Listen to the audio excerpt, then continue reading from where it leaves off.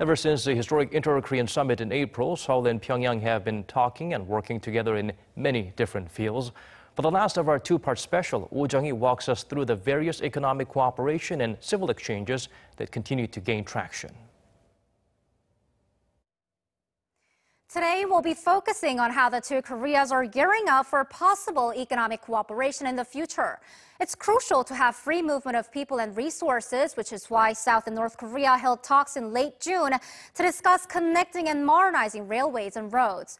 Let's start with the railways first. There are two railway lines the two Koreas are hoping to work on: the Gyeongui Line that connects Seoul and North Korean city of Sinuiju, and the Donghae Line, which runs along the east coast of the peninsula. The South and the North are planning to inspect two sections of rail lines in North Korea and two sections that cross the inter-Korean border.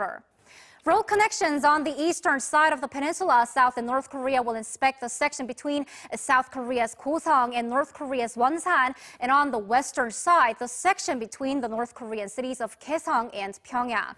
They'll begin on-site visits in early August. Linking and modernizing railways and roads is tied to South Korean President Moon Jae-in's vision of a new economic map, which aims to connect and develop economic belts with North Korea.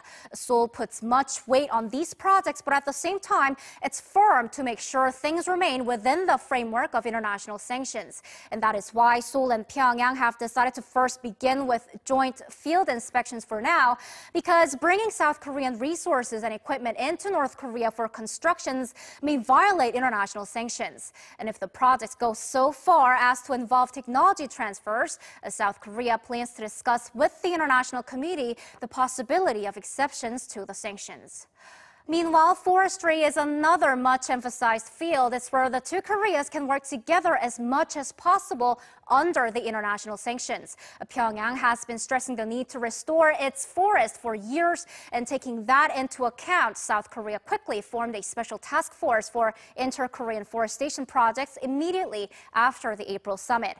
At the forestry talks earlier this month, Seoul and Pyongyang agreed to discuss running tree nurseries, agroforestry, and much more forestation projects, as well as kickstarting on-site visits for disease and pest control. As for civil exchanges, 40 South Koreans have visited North Korea this year for purely civilian interactions. A Buddhist monk visited Pyongyang for religious interactions. A local cable broadcaster went up north to discuss media interaction, and Seoul's presidential committee to discuss a logistics project. A civic group is working to join forces with its North Korean counterpart to bring back the remains of Koreans from Japan.